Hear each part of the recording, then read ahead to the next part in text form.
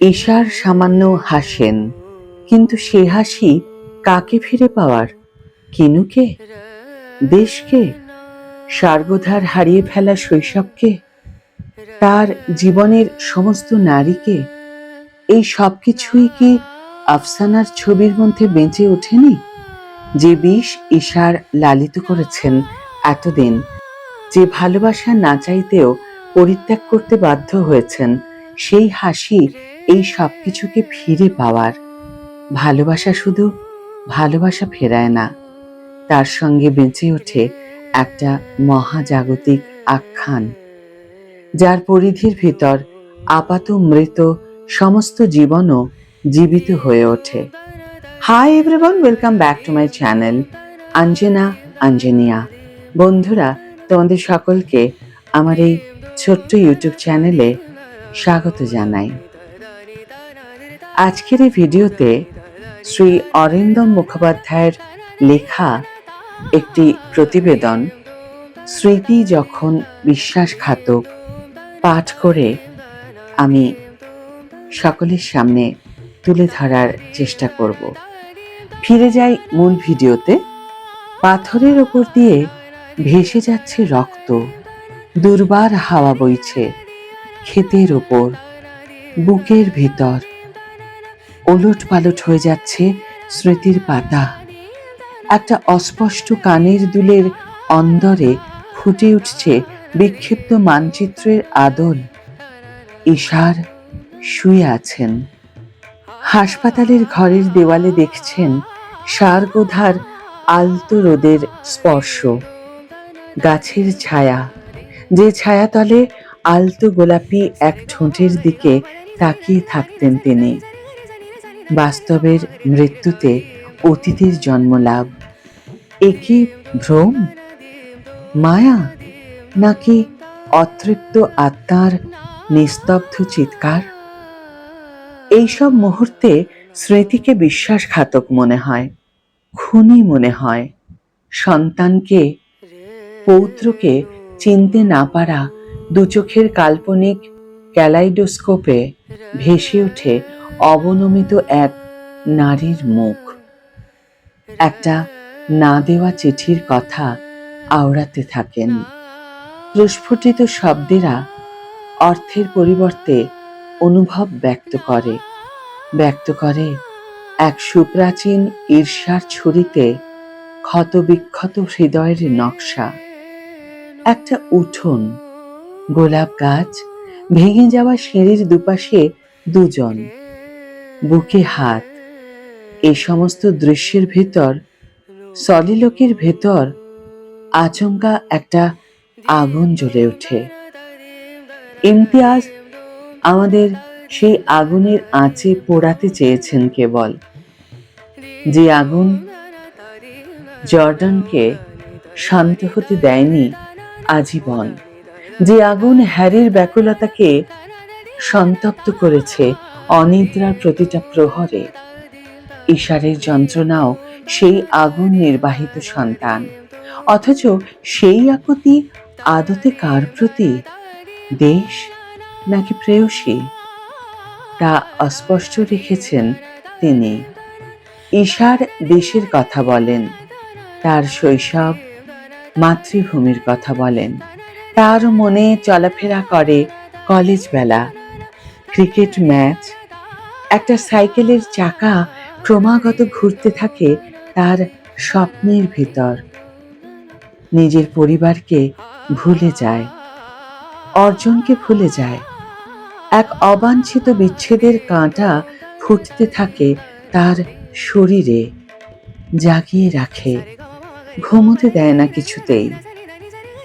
সেই ভোরের কথা মনে পড়ে তার, রেডিও বার্তার কথা।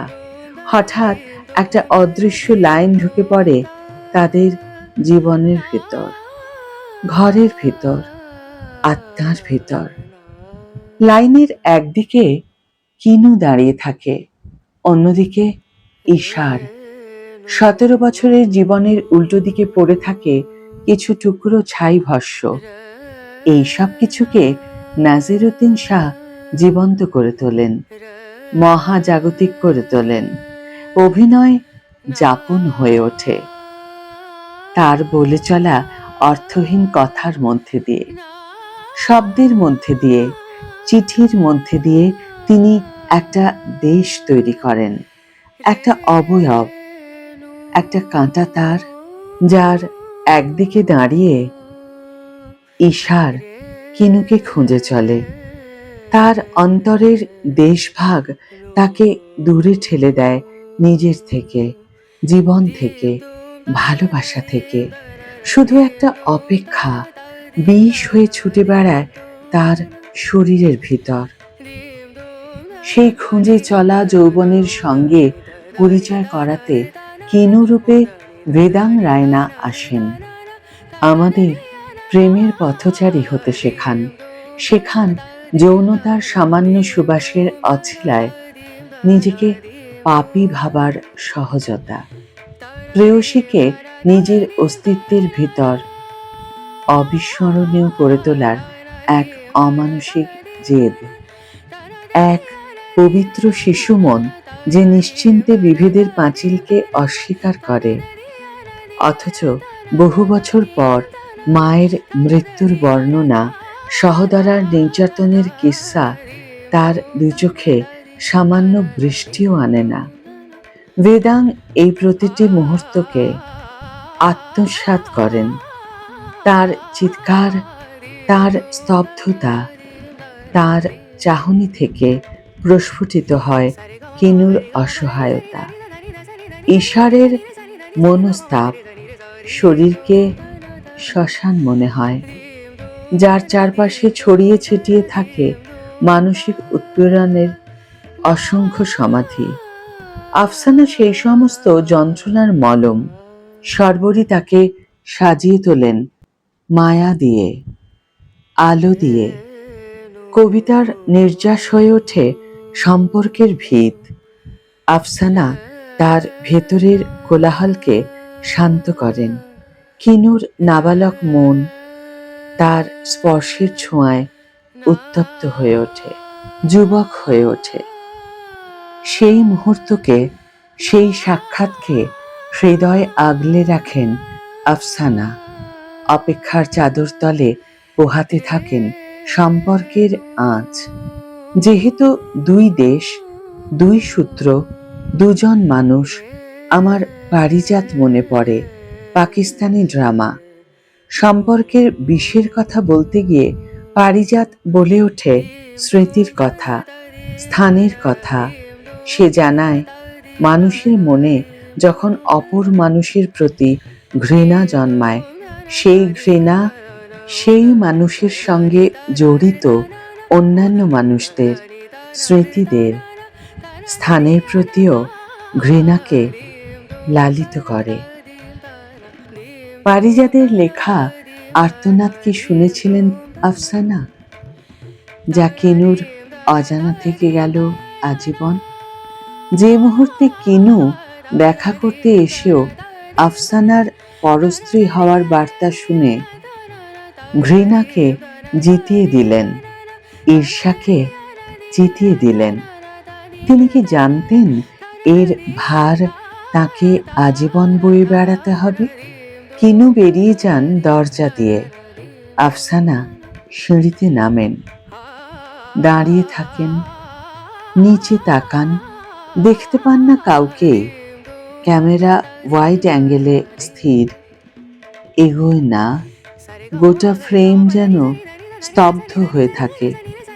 আর আমি শুনতে পাই পারিজাত বলছেন, जब कभी नफरत करना हो तो उन यादों से, उन लम्हों से ना करना जो हमने साथ बिताए थे।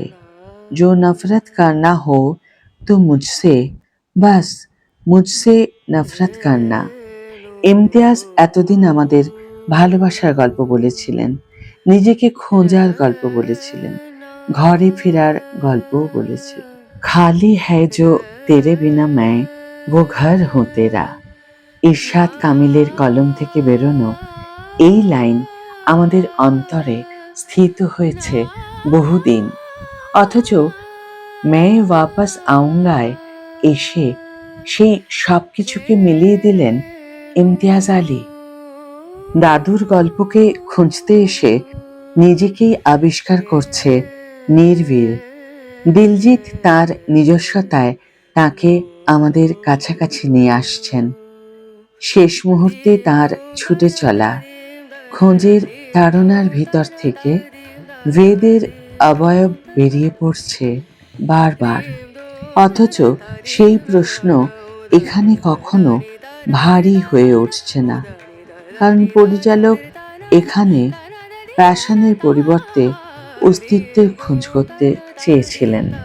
তাই নির্ভীরের পাকিস্তান পৌঁছেও আফসানাকে জীবিত না পাওয়া সেই বিষের বিদ্যমানতার সাক্ষী বহন করে। কিনু অপার্থিব ভালোবাসা ঈর্ষার কাছে আত্মসমর্পণ করে তাকে আজীবনের জন্য অসংলগ্ন করে দেন। নিজেরই অস্তিত্বকে ছোঁয়া থেকে সে বঞ্চিত থাকে আজীবন। ঠিক এই শেষ মুহূর্তে এসে ইমতিয়াজ দেশ এবং প্রেয়সীকে মিলিয়ে দেন ঈর্ষা এবং ঘৃণাকে। নির্ভীরের ভিডিও কলে ঈশার যাকে দেখেন সে কে প্রশ্ন জাগে। লাল আকাশি হলুদ পেরিয়ে এসে আফসানার পোশাক শুভ্র হয়ে ওঠে। নিশ্চিহ্ন কানের দুলের দিকে এক দৃষ্টে তাকিয়ে থাকেন ঈশার। নিজের অগোছালো দাড়ি সামান্য ঠিক করে নেন। আবহ সঙ্গীত হিসাবে এআর রহমানের অতুলনীয় সৃষ্টি তেরে পাস ম্যায় বেজে ওঠে। ঈশার সামান্য হাসেন, কিন্তু সে হাসি কাকে ফিরে পাওয়ার? কিনুকে, দেশকে, স্বর্গধার হারিয়ে ফেলা শৈশবকে, তার জীবনের সমস্ত নারীকে? এই সব কিছুই কি আফসানার ছবির মধ্যে বেঁচে ওঠেনি? যে বিষ ঈশার লালিত করেছেন এতদিন, যে ভালোবাসা না চাইতেও পরিত্যাগ করতে বাধ্য হয়েছেন, সেই হাসি এই সব কিছুকে ফিরে পাওয়ার। ভালোবাসা শুধু ভালোবাসা ফেরায় না, তার সঙ্গে বেঁচে ওঠে এক মহাজাগতিক আখ্যান, যার পরিধির ভিতর আপাত মৃত সমস্ত জীবনও জীবিত হয়ে ওঠে। আরতি বাজাজ তার সম্পাদনার ম্যাজিকে ভূত ভবিষ্যৎকে জুড়ে দেন। জীবন অবলীলায় বর্তমান থেকে অতীতে যাতায়াত করে। ভেঙে টুকরো হয়ে যাওয়া দুটো দেশ, দুটো মন, দুটো আত্মা, অসংখ্য কাঁটাতার পেরিয়ে, রক্ত পেরিয়ে, যন্ত্রণা পেরিয়ে একে অপরের কাছাকাছি এসে তাকায়। মুহূর্ত চলে যাওয়ার আগে বিদায়ের অনুমতি চায়। আফসানা হাত নাড়েন, ঈশার নামিয়ে আনেন চোখ। আর কোনো এক সমান্তরাল পৃথিবীতে কাফকা মিলেনাকে লেখেন তার চিঠির শেষতম line, and actually it is not you at all I love, but rather the existence you have bestowed on me. আজকের এই ভিডিও এখানে শেষ করছি বন্ধুরা। ভিডিওটি যদি ভালো লেগে থাকে তাহলে অবশ্যই একটি ছোট্ট করে লাইক দিও, শেয়ার করো বন্ধুদের সাথে, কমেন্ট করে জানিও তোমাদের মতামত। যারা এখনো আমার চ্যানেলটিকে সাবস্ক্রাইব করনি তারা অবশ্যই চ্যানেলটিকে সাবস্ক্রাইব করে আমার পাশে থেকো। যারা অলরেডি সাবস্ক্রাইব করে দিয়েছো তাদের জন্য আমার অনেক ভালোবাসা এবং অনেক ধন্যবাদ। আজ তাহলে বিদায় বন্ধু, দেখা হবে পরের ভিডিওতে। ভালো থেকো, সুস্থ থেকো, সঙ্গে থেকো।